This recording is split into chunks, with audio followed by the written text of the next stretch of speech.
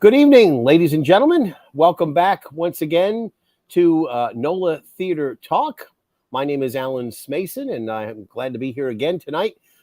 We are coming as often as we can on Monday nights, the night that is traditionally the dark night for theater. We are hoping to bring some light to theater, though, at those particular Monday nights. And tonight is no exception. We're going to have a full house, as we have a number of people who are coming in. And we even have the person I was looking for earlier in the room now. So that's fantastic. But let me just tell you that those of you who are watching, you can watch this on the NOLA Theater Folk Facebook group, on the theatercriticism.com Facebook page, not the website for theatercriticism.com, which is a website for theater reviews, but this is the support page on Facebook, and also on my own YouTube channel. You can check it all out. Those of you who are about to stick around for this next hour, I want to remind you that if you'd like to make comments, I will post your comments as they come into the room. However, in order for me to see your name, it would be really lovely if you would go to StreamYard.com/Facebook and allow Facebook to know that you are going to interface with StreamYard. That's the application we're using, and that will allow them to post your name. If not, they will protect your name and not post it. It'll say Facebook user. So just let you know that. Okay, let's get started.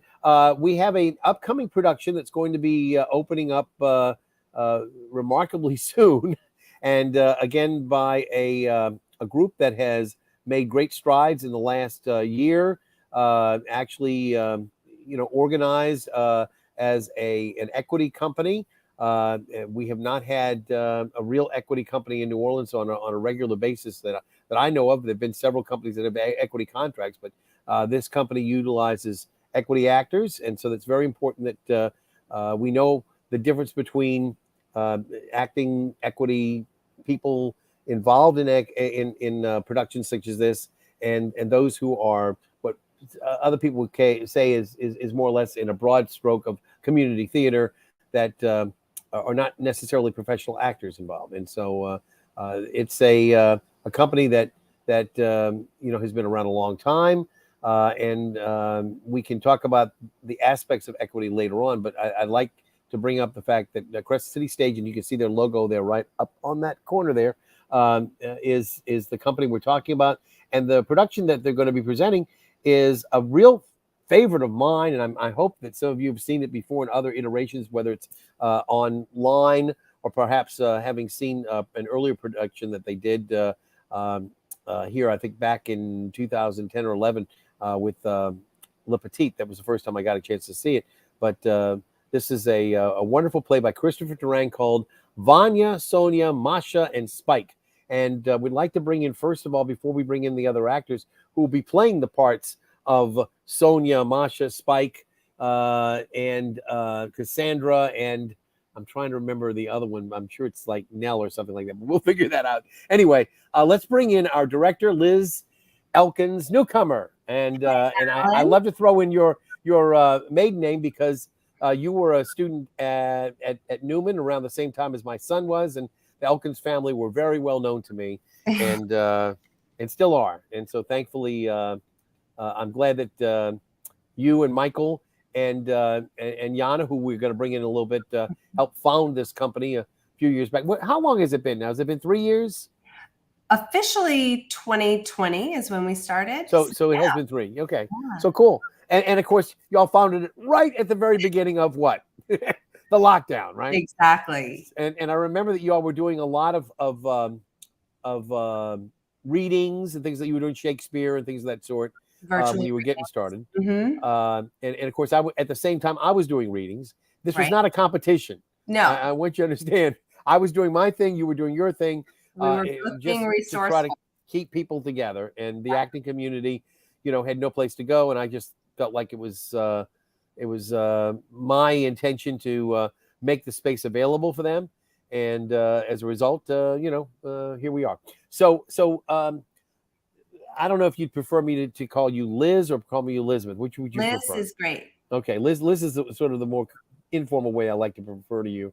But let me just ask you, you had a wonderful season last year, and very, very well received critically, as well as I would hope audiences seem to be flocking to see the shows that you were doing. This year, you're starting off with is this the first production for the new season, It is. or It okay? is. So Mhm. tell me a little bit about what made you choose, which is essentially a sort of a quirky comedy, not a powerful drama like I might be used to seeing with you. So what was the reason for that? I think it has to do with time of year. I think different people need different things at different times of the year, and the summer just feels to me, it feels like light. It feels comedy. Feels like it's a good time to do it. And we hadn't really done that before. So another thing that when we're thinking about our seasons and thinking about the choices that we make, we want there to be variety. And this is something we hadn't really done before. The Chekhov aspect of it, I really love drama and gravitate towards that more so than comedy. But we didn't necessarily want to do Chekhov straight out the gate. That will probably come in a year or two. So this was the best of both worlds. We could bring in some of those elements of Chekhov that I love, the melancholy, the longing, the unfulfilled destiny, and then but also do it in a comedic way. So And again, you've got I guess the premise of this would be you've got sort of a modern kind of a aspect to some characters that probably could have been written by Chekhov, right? Isn't it kind of the way you would look at it? yes, I think he was inspired by Chekhov and by some of those characters and used that as a launching off point.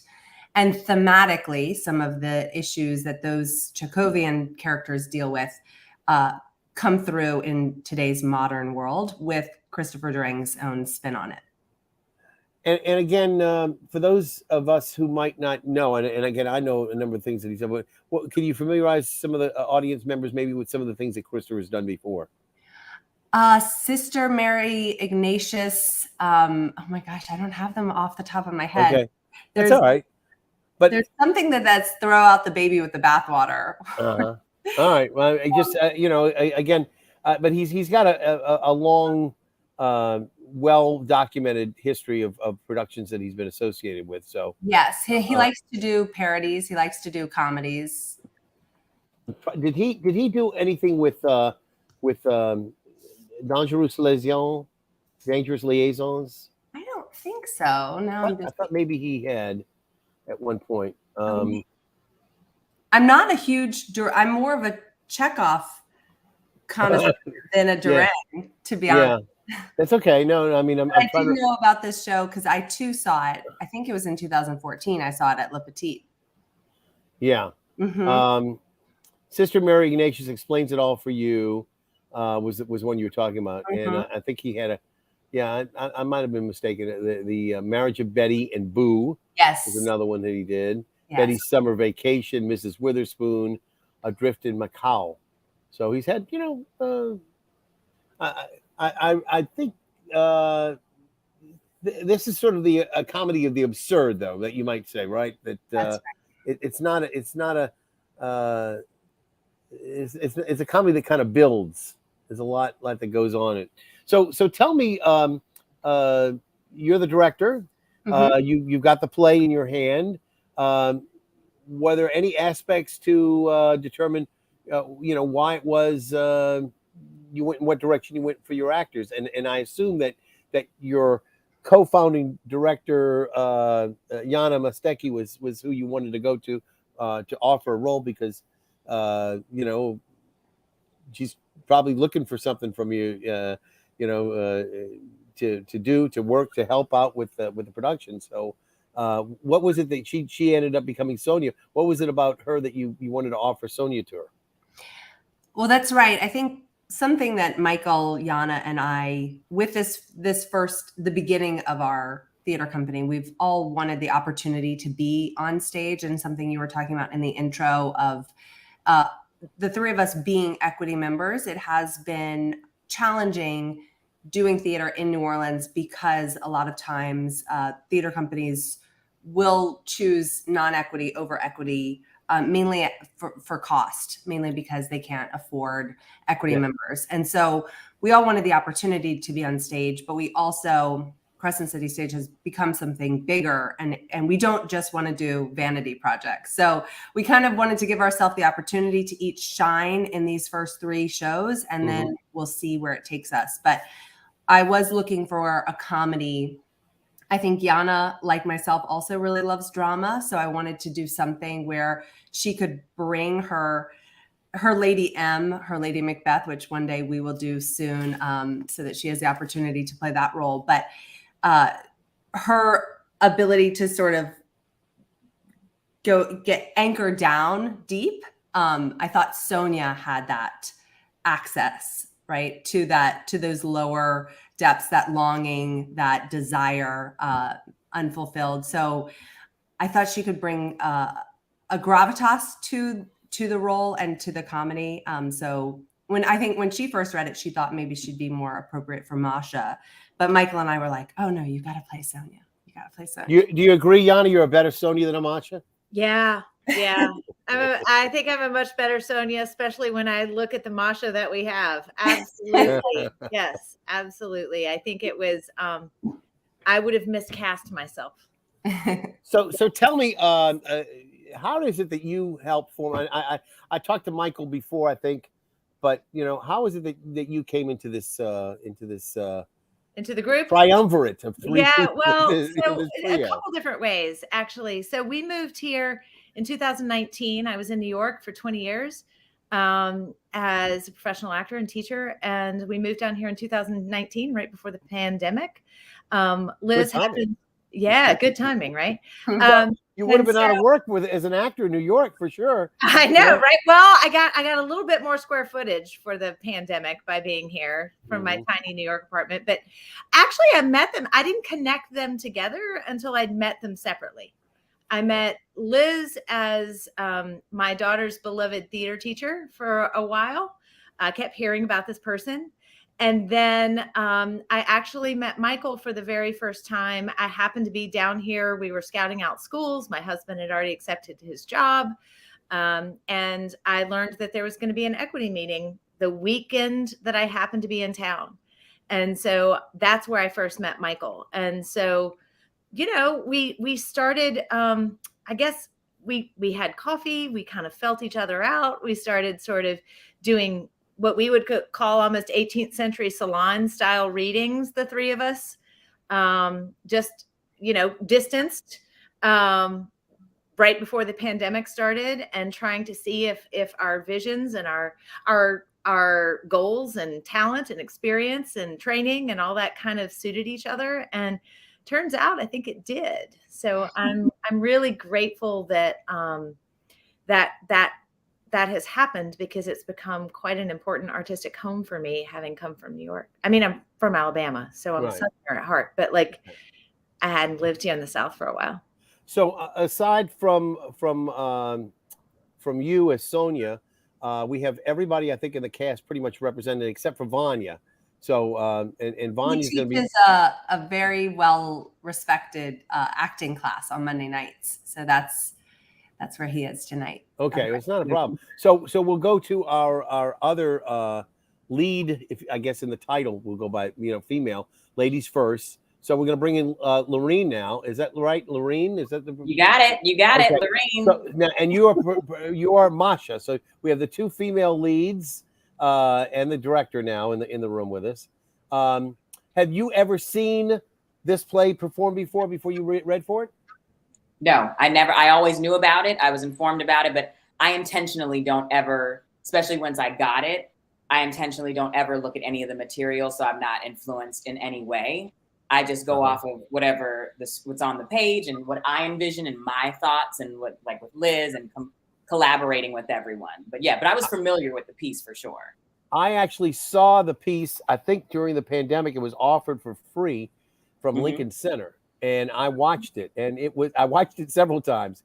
Every time was funnier than the first time. So, even though the laughs are coming, it's just like, oh my God, it's going to get funny again. So, but it really is a wonderful piece. And I don't know, before we introduce the other members of the cast, I guess we've got at least one more member of the distaff side there, Yvette, about to come in, and we've got Cassandra in there. Is that right? Danye, is that right? Mm-hmm. So we got a few aspects there, and then Cody will come in as Spike. We'll talk about him because he's the free radical in this. In terms of your character, Jana, first, what is it that you think is the most important thing to know about her that we don't really hear her say, that you believe you know more about than the subtext? The subtext, yes. You're an acting teacher. You know all about subtext. I do. Well, I think that Sonia has some secret hopes and dreams. I think she is at heart hopeful, and her exterior belies all that she is hoping to find in her life. So I think she can come across as somewhat dour or the Debbie Downer kind of character. But I ultimately, playing her, find her. I think she's got a strong candle burning in there. Mm. Masha's not quite the same, though, right? No.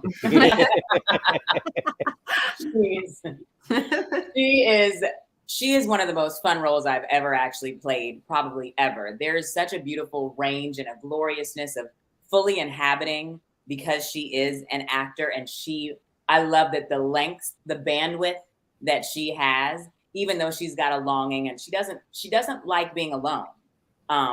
But there's something that's just so beautiful about playing a roller coaster and just the rainbow. She's a rainbow fully, mm-hmm. Like every level, every color, everything that you can think of, I feel like is like in that gumbo pot. So that's what makes it a joy to play. It's so yummy to play. Speaking of yummy, I have myself a cognac tonight. It's a Lautrec VSOP, and if you read the label, those of you there can see it's even kosher for Passover. How you like that? So, go ahead, Alan. Go ahead. I was thinking everybody was going to say, I bet he's going to have a Moscow Mule tonight because it's Vanya and Sonia and Masha and Spike. See? I went for the classic. Elizabeth, what did you bring in? I brought in an old fashioned made by Michael.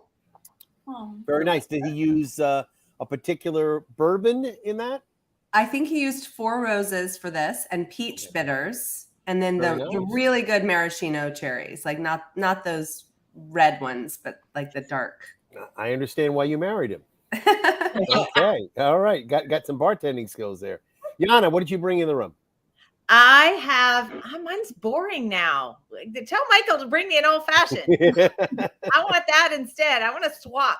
I have a rosé, man. That's all right. Rosés are fun. There's nothing boring. There are people who work programs and things. I don't do this, but it's just when we started this program, I said, you know what, we're all in this together. We need to kind of like chill, have a little libation and whatever it is, even if it's water in a fancy glass, let's have at it, and everybody is connected that way liquidly. That's kind of the way I did it. When I was in Cleveland after Katrina during the diaspora, during the morning I would have chicory coffee, and at night I would have a Sazerac. So I felt like I was still in New Orleans a little bit. Lorene, what did you have? I have a raspberry lime sparkling. I love my bubbles. All right, very nice. All right, so while we're talking about bringing in people in the room now, let's see if we can bring in Cassandra. That's Danye. Hello there. Hello, how are we all? All right, so what did you bring in liquid-wise? I am staying hydrated so that I have a strong voice for this weekend. So we have water, H2O in this. All right, that's okay. Water's fine. I've had many a person has told me. Matter of fact, one time I think I had an entire room of water and I was the only one drinking. But people who know me know that I'm going to not miss an opportunity to have something. So Cassandra is, as it might suggest, she is all knowing, all seeing, doesn't she? She has a spiritual aspect to her character that is reminiscent of the Cassandra of the Oracle, correct? Absolutely. So tell me a little bit about how you approach that particular character. Yeah, I mean, like this, this has been a very healing experience for me, being a part of this cast for a plethora of reasons. I think in honor of, Pride Month, I've been able to explore my fluidity with this role, but also I look at who I am as a person. I practice tarot and astrology and all that jazz. So of course I brought that into this role, but I also feel like me as an artist, music and theater has always been a catalyst to help communities heal, help my communities heal. And so I think what Cassandra is in this play is a person that is using these otherworldly powers to bring healing to this family. And so I look at it just like how I use my and my acting skills to bring healing to folks. I look at Cassandra as using her otherworldly powers to bring healing to this family. So it's a very fun, eccentric role. Of course, the voodoo-ness of New Orleans is inspired through this role. And so she's so much fun to play. So much fun to play. I guess after the Tony Awards last night, G. Harrison Gee and of course Alex Newell both won. Alex Newell, I think, identifies gender fluid, and I think G or Jay, a lot of people refer to as Jay, refers to as non-binary, I think. But how did that affect you? Did it in any way? Because I mean, this is the leading actor and the featured actor. In a musical, both of them, were not what you would expect their he, she pronouns, right? Absolutely. I actually just watched Alex's speech like not too long before we logged on to this. I think it inspires me. I think times are changing. I think people are giving people seats at tables that, are long, a well-deserved and a long time coming. And I think that the more that we do it, the more that we have conversations and have people see themselves, the more that people, will have, chances to be seated at the table. So I love that, when people come to see this show, hopefully they feel seen, and it continues to happen. It's a ripple effect. Well, we're getting smaller as the room gets filled up more and more. Yvette, tell us about it's Nina, right? Nina. Okay. Tell us about Nina. She's a sweetie. She's truly a sweetie. I think that her main driving powers are definitely seeking connection and being supportive of the people around her. And that's really her MO. She wants people to push for what they want. She's so hopeful, and she's a dreamer, and I love that about her. She feels really close to me. How did you get connected with the company? How did you know either Liz or Michael or Jana? It was for Crying Out, actually. I knew that the company existed during the marketing for Pantomime. I wasn't able to see it because I was actually in a show at that time, and it just didn't work out with my schedule where I could go see it. So when Cry It Out came up, I saw that they were looking for a production crew, and I had never worked with them. I didn't really know how they flowed. And so I was like, oh, that's a really nice way to scope out the company. I don't know, maybe it's just me, but I'm pretty curious. It's like, oh, what's this? So I wanted to just see what it was about. So I applied. I did not get it. But later they needed a box office person, and they called me, and I said yes.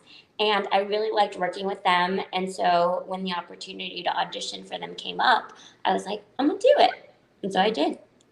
Well, I'm glad you did. So we've got the whole cast, as I said, without Vanya, but we're missing one essential ingredient, and that, of course, would be Spike. So Cody. I have orange juice in a fancy glass. Oh, I didn't mention my drink. Yeah, what did you bring in, Yvette? I have a blackberry lemonade Waterloo in my spooky mug. Okay, all right. But Spike, yes. you must tell me, what is it that you love most about doing this role? There's some aspect, the physicality of it, I'm sure, right? Yeah, there's the physicality. There's also the kind of free range to play, and Liz allows us to play and kind of explore our comedic side. And Spike just so happens to be very comedic inclined, And he's a lot of fun, and he's very lighthearted. Spike is the character that doesn't really know how to read the room that well, which makes him that much more affable and entertaining. But he's a free spirit, and I think he's the rock star essentially. Right. I think the room might also not be able to read how Spike is in a sense too. Yeah, I mean he's kind of he's all over the place. He's not. I would say he's not stupid. He's just a little bit naive when it comes to certain things. He's got a lot of growing to do. He's been experiencing mostly just living in Los Angeles and knowing that life. So this is something new for him, but he enjoys it. I think he enjoys adventures. I think it's something he likes. So do you like this publicity shot here? Yeah, that's my stop sitting on the hood of my car look. I mean, I haven't gotten any production photos yet because they won't be ready for another couple of days or something. Now we do have the missing part of the play tonight. Vanya is away, but the actor you said who's doing that role? Doug Spearman.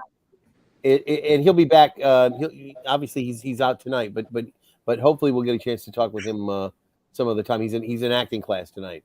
Mm-hmm. It's amazing. When he's not acting, he's in acting class. It's right. He's teaching. He's teaching. Oh, he's teaching. Yeah, that's great.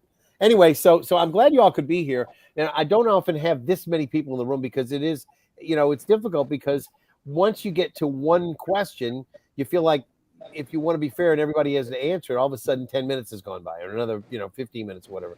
So I guess I might ask Liz if you could maybe tell me a little bit about the history of where do you do your rehearsals? Do you do them at Marquette or do you do them off site when you're rehearsing for a show? We are lucky enough to do them on stage at Marquette. So that's part of the being in residency at Loyola University, which we just love, is the opportunity to play on the stage. And the actors have had a lot of their furniture and props from very early on. And this is it's a prop heavy show because I like for them to have things to deal with, activities to do and be in character.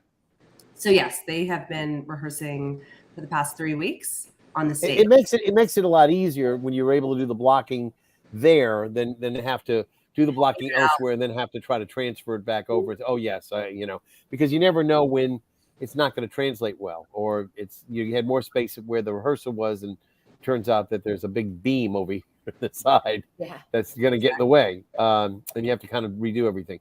And again, I'm trying to remember, is there any kind of music that comes with this that you all are doing with?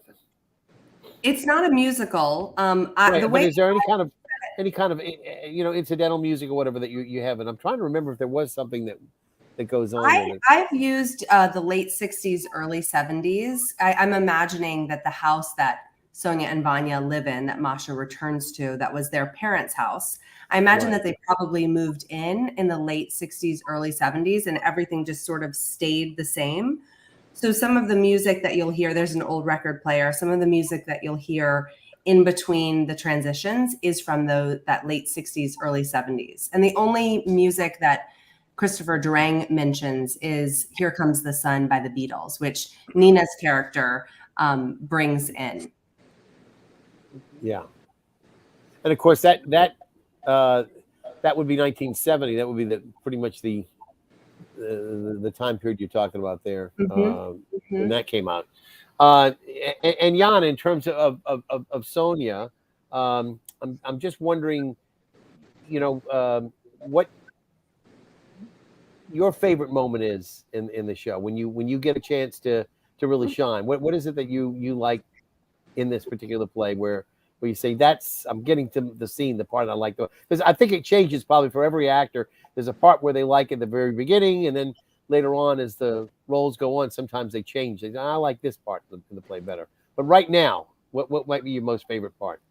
Well, I got a little sentimental at the last line. Sitting there last night with Lorene and Doug on the couch as the lights closed on the last scene. And last night I loved that moment. Earlier in the week, I really loved the moment when Sonia gets to become fully who she could be when she transforms for the night of the party into her evil queen costume. That's really fun. I actually have a lot of them. I actually don't mind. I don't mind Sonia's grumpiness either. I think I can identify with that sometimes too. So I think what's interesting about this character is that she has a really big arc throughout this play. And she transforms a bit. And so I have different favorite moments all along those arcs. And also it's just, one of the things, and I'll put on my Crescent City Stage co-founder, artistic director hat for a minute. One of the things that I love about what we're trying to do is we really are intentional about the actors we choose, and that we're choosing ensemble plays. And so I've been on the other side of the table in trying to figure out which pieces fit together as a director of Cried Out. And now that I'm in a cast, I genuinely can say I have favorite moments with each of the other 5 people on the stage with me. So it feels like I can't pick one because they're all my children. You know what I mean? And they're all my fellow, so it's really it's just kind of a joy to play with everybody and find those moments with each person that you're like, oh, that's it. We found it, right? Yvette, is there a particular moment for you that you like playing opposite Sonia? Careful. Actually, a moment pretty close to the end where Spike is leaving for some reason. I don't know. And me and Sonia have this moment with Spike leaving, and we have some sort of commentary, like visual commentary on it. And I think it says a lot about who Nina and who Sonia are and their relationship with Spike in that moment. And she just said Spike leaving. Well, you're doing the right thing by saying that, right? Nobody got that. He can come back, he's leaving the stage. Nobody got that. That's all right. It's over everybody's head. Danye, Cassandra, where did you find Cassandra rooted? Where do you find that character? It's probably the most unusual character you've done.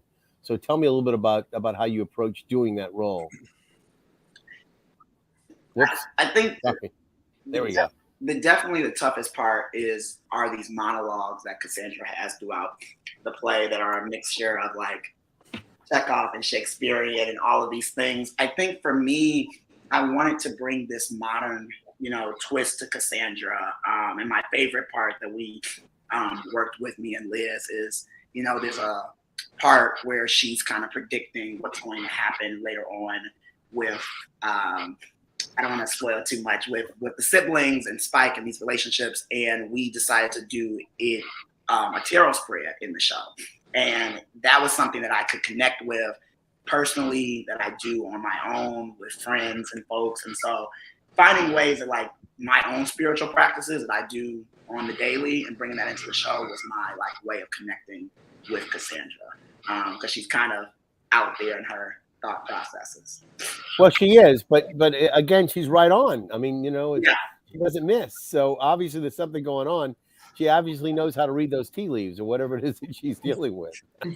So, and again, I hate to reveal because I like the way the story unveils, that you get brought into this thing, and I don't like to tell too much in advance to somebody who hasn't seen it, but this really develops along the way into it's almost like a boulder rolling down the hill in a sense that it starts out very kind of slow and it builds a little bit. You learn a little bit about all the different characters, and then there's that ending and everything sort of is rolling down. But it does have, I think, a rather satisfying ending, and I think anybody who goes in will be happy to have gone on that ride. But as I say, I don't want to spoil it, because I think if I give too much away, than the enjoyment of finding out about the characters and why they're in that particular domicile and what that means to them and what leaving that domicile would mean, et cetera. You know, why all that impacts upon them, you know, needs to be learned as it's revealed, and I think it's done very well. Lorene, as Masha, and as you said, a free spirit, is there any particular character that you have difficulty dealing with? Would it be mostly Vanya or It's a lot. They're all difficult in their own way. Yeah. They're all difficult in their own way. Since Vanya's not here to defend himself, you want to pick on him a little bit?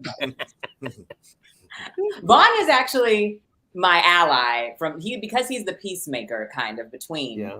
So, but I have difficult moments with everyone because if you're not doing what Masha wants, she's upset. I mean, think of Selena Meyer. When my particular reference, when I first read it, she was a combination of Selena Meyer from Veep. She was a combination of J-Lo. She was a combination of Jane Fonda's character in Monster-in-Law.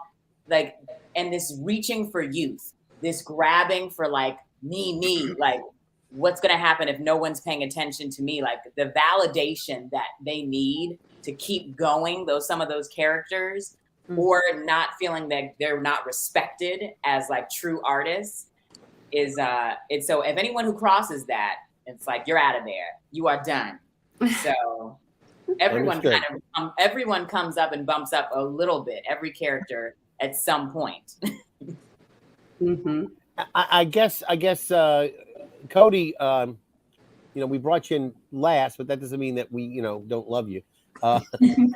Just tell me, who do you think you're most like in reality? Any of the characters that we have on stage? If you're not like Spike, who would you say you'd gravitate towards the characters? As Cody? As you, yeah. That's an interesting question. I would say that I would probably, I think I have a combination of Masha and Sonia, to be honest. Kind of a duality of being someone who's a free spirited, but someone also that can kind of sink down a little bit and pine and wish for bigger and better things. I think, and one of the reasons, I really like the character Sonia a lot. I think that it's a very funny character, and especially how she kind of grows in the story. I think it's pretty remarkable and fun. So I think I'm definitely a combination of both those, and it had that kind of duality right down the center. Wow, that's pretty good. Well done. And I guess Yvette, I need to bring you into the conversation a little bit. Tell me a little bit more. And again, I apologize. I'm always confusing the Hirschfelds. You know, the Ninas and the Ninas and all that. So, that's okay. You can call me whatever you want. Yeah. So tell me a little bit more about what you think we should know about your character. A little bit more, just something that you think is maybe as we said, the subtext for Jana's character. She has refined taste, but she does love Masha. And Masha, I believe, would admit that maybe she hasn't gotten the classical actress treatment that she deserves. So I think that she loves, Merchant Ivy films. She loves Ingmar Bergman. She loves the Beatles. She loves pretty dresses. She loves more of a classical thing. She doesn't really love pop culture as much. Like there's like this line where Spike wants her to like be into a Jersey Shore, and she's like, that's an absolute no for me. So she has very clear things that she enjoys, and she wants to share those things with other people, and she wants other people to be artistically open as well and vulnerable. And I think that in general, that longing for connection it relates a lot, like, to me in general, and I think to people who love theater in general, because I think when I was little, I was mainly drawn to theater because it's an an organism experience where you're in the audience and you're watching. Like, it feels like we're all breathing on one breath. And I think that that's why Nina likes theater and wants to be an actor too. So I've got a number of different shots. Michael sent me a lot of different, what I would call publicity shots with the different aspects of the creative team and et cetera, et cetera. And they're not here, but obviously maybe Liz, you could go into a little bit of that. I've got these pictures that he sent to me of these sort of like, they almost are like program stills, from what might be of who's doing what. So maybe you could tell me a little bit about your creative team and what they're doing, the people behind the scenes that we're not going to see on stage, but who are every bit as important as the people on the stage who are carrying off the technical aspects of the show. So maybe you can fill me in a little bit on that, and I can put some of those up as well. Sure. Do you want me to start, or do you have a picture? Go ahead. Go ahead. I'll see if I can find them.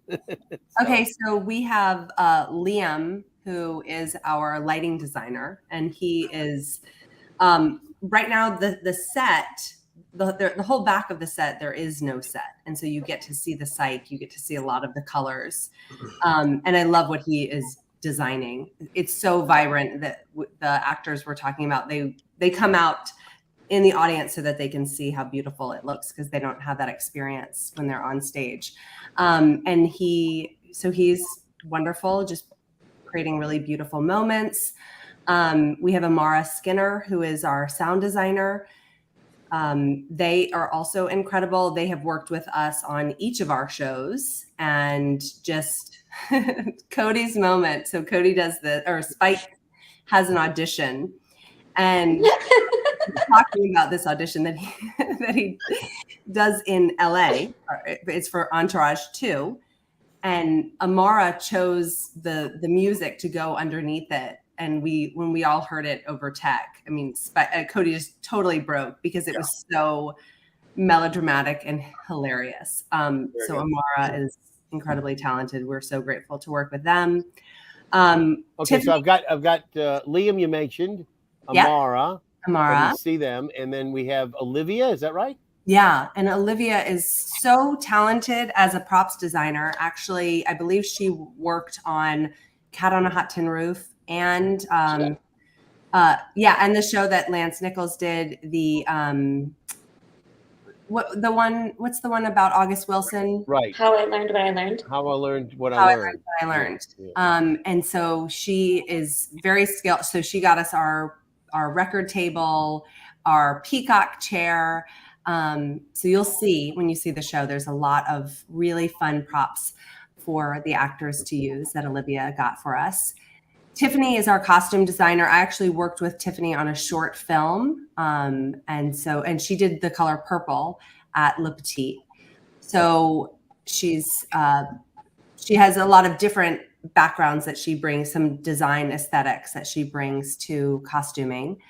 Michael, my husband, he is the technical director and the scenic designer, and we collaborated on the scene design. He hasn't done that since college, so it's been decades, and I think you'll be really impressed with what he has been able to do. And then Reba Joy is our graphic designer. So a lot of the promotional, she created the house, and she did this, I'll bet.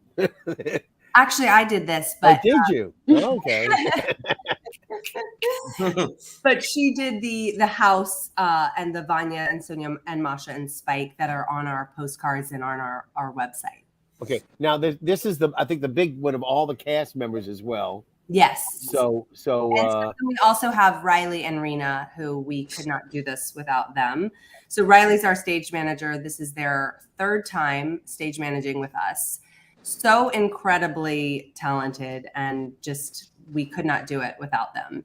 They are a true gift. I think all of us can agree. Yeah. And Rena as well. And these are both, they're young. They're Loyola. They were Loyola students, and they were both Loyola students. They're Amara, and there's one more. Am I forgetting? There's one more person. There are five, one of our production team members. So there are 5 Loyola students who are now working on our production. So yeah, Rena's our assistant stage manager and helps out the cast a whole lot. And I noticed at the bottom left, you've got two important organizations that are helping with, I guess, grants for this, right? That's One, right. Yes. Would you mention? I know the New Orleans Theater Association was instrumental in sponsoring the American Theater Critics Association back in 2015 when I brought them to New Orleans for our conference. But the other group I'm not familiar with as much. That's the New Orleans Theater and Cultural Fund. Tourism and Cultural Fund. Tourism and Cultural Fund. Is that through the city of New Orleans? Is that from New Orleans and Company, or how's that? I'm not familiar with it. I believe that is an initiative that Mayor Cantrell brought using the tax incentives or the do you know this, Jana, where there was a certain amount of tax that was coming in and she wanted to put it back into the culture and the arts. And so that's an initiative that she set up. And yeah, that we received. So it's to increase, it's a fund dedicated to increasing tourism. Hotel tax. Yeah. Okay. I got you. Well, that makes sense. I mean, and I know she had set up a new person in her administration to deal with a lot of the cultures and different things of that sort, representing more of the artistic communities that were underserved, I think would be the best way to say it. I mean, and as a result, I think that a lot of things are happening. I'm very pleased. Those of you, are going to be now in Marquette. You're the, residence company there. But I was really happy to see that Fat Squirrel now has moved into the formerly, if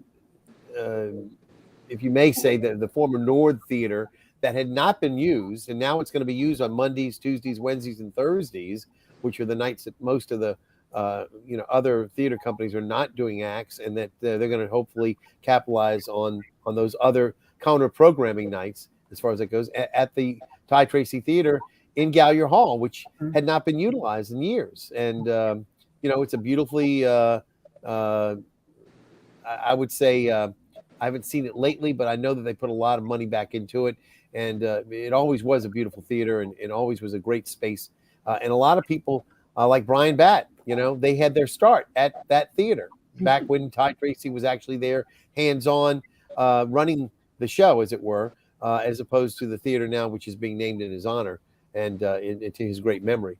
But I don't know, that you all have been exposed to that aspect of the theater here in New Orleans, but he is an important person in terms of the history. So if you don't know anything about him, hopefully you will find out about him. And as I say, I'm delighted to see that the mayor and other people are doing their best to reach out to people like your groups and other groups, who are production companies who are out there trying to get started. I know that we're getting towards the end of the show. We still have a few minutes left, but I would invite anybody who has any comments tonight. Please feel free to post them. Again, we remind everybody that if you do want to post, to go to StreamYard.com/Facebook and let us know who you are, because that will engage your name and allow your name to be posted from Facebook to StreamYard, which is the application that we're using here. And again, those of you just joining us, we're on with the cast of Vanya, Sonia, Masha, and Spike. That's the Crescent City Stage production that's going to be. And again, the dates. Let's go over that real quick, because I'm due to see it Thursday. So that's our preview. That's the preview. Opening night will be Friday. That's right, the 16th, and then we close on June 30th. Okay, so pretty much to the end of the month, and you've got is that a full 3 weekends? That's right, and we have 12 performances total. And again, tickets are available online only. Is that the way you do it, or you can show up to the theater and buy them there? There's no phone number to call necessarily. It's online, or you could call our phone number. Okay. 323-4648-504. So once again, it's 323 4648. 4648.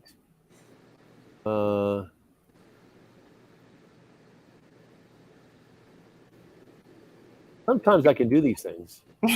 You know, let's just see if it works. All right. Nice. Anyway, That's cool. when you you know, when you have skills, what am I going to say? You know.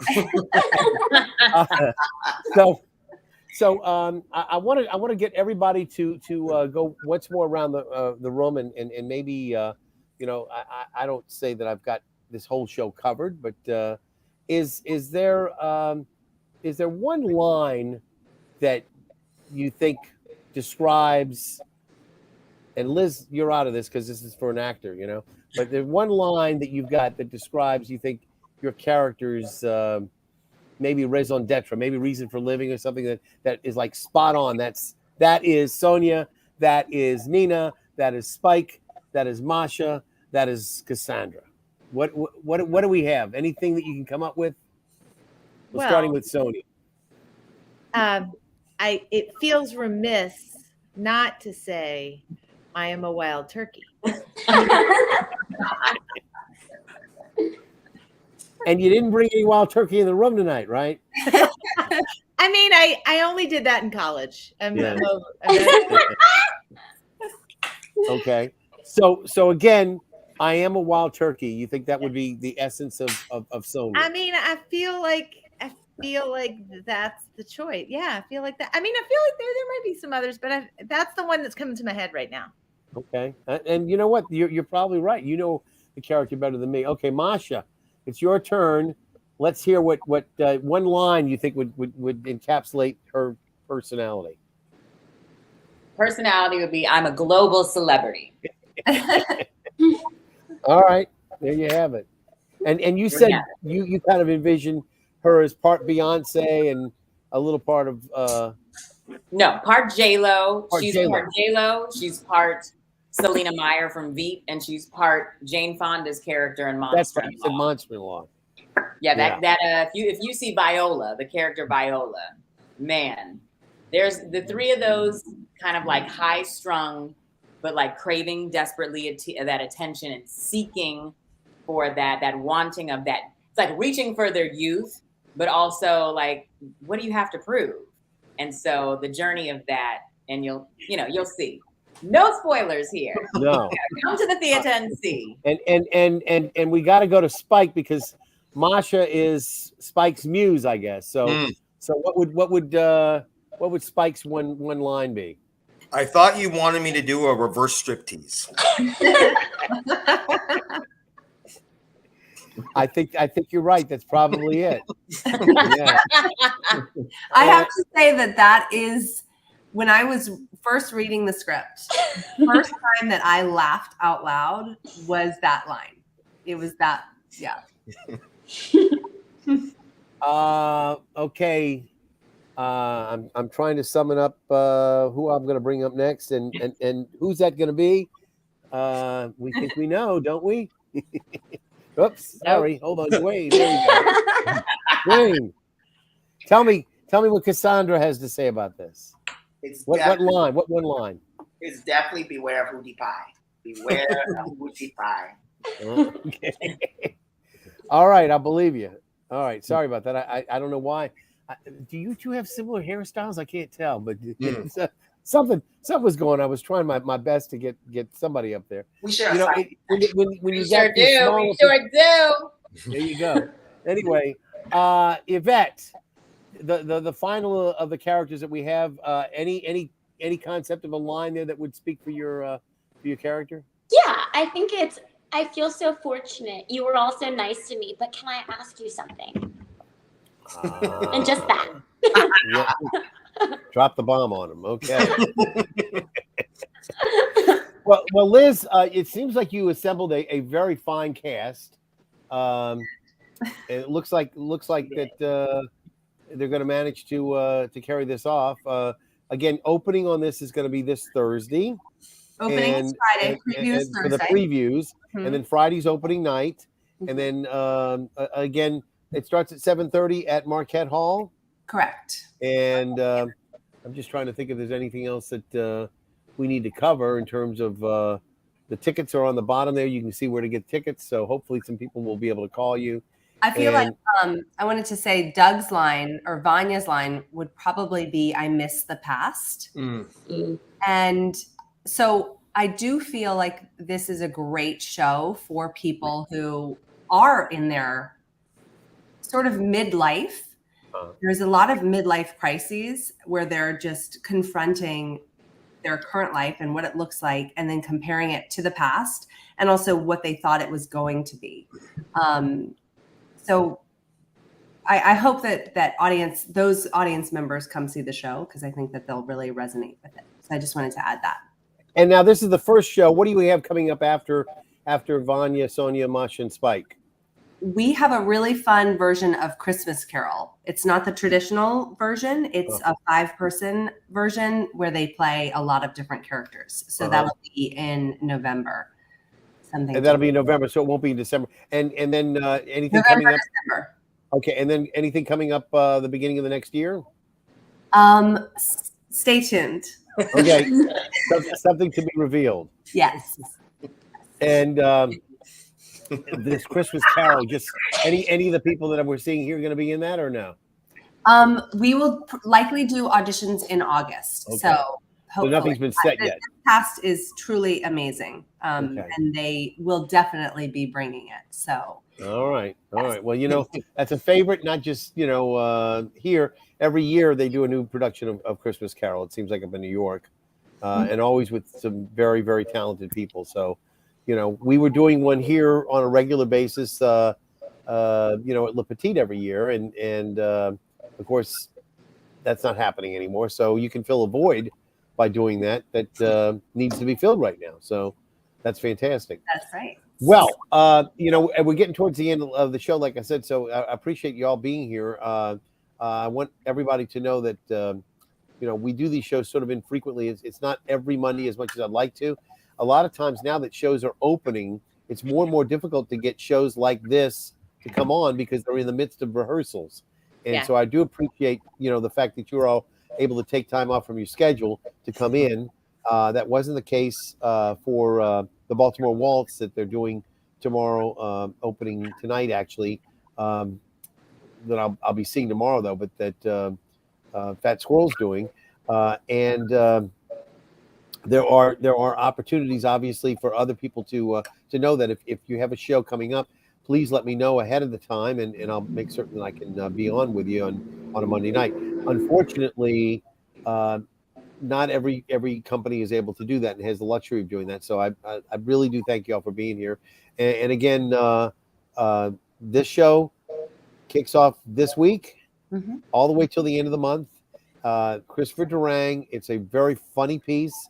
It does have heart to it. I would say there's a lot of family messages that are in there that come across in terms of how they deal with one another. And I think that those of you who are interested in having a good time and just being entertained, but also going home with a little bit of a good feeling, you'll want to see this play by Christopher Durang called Vanya, Sonia, Masha, and Spike. And I want to thank all the cast for being here tonight. Again, I'm going to ask you all just to stick around for just a second or two while I say goodbye to everybody. So hold on. I'm going to ask you all just to be patient while I do my final goodbyes. Okay, so we're going to remove all these lovely people and ask them to stand by real quick. And Liz, thank you again. Just hold on. My name is Alan Smason. Again, thank you for being with me. NOLA Theater Talk. Most Monday nights, as I say, and if I can get more people to come in on Monday nights, I certainly will. But do my best to do that. As we always are on the NOLA Theater Folk Facebook group on archived. You can also see it on the Theater Criticism.com Facebook page and the YouTube channel that I have. So thank you all for being with me tonight. And as always, I will see you at the theater.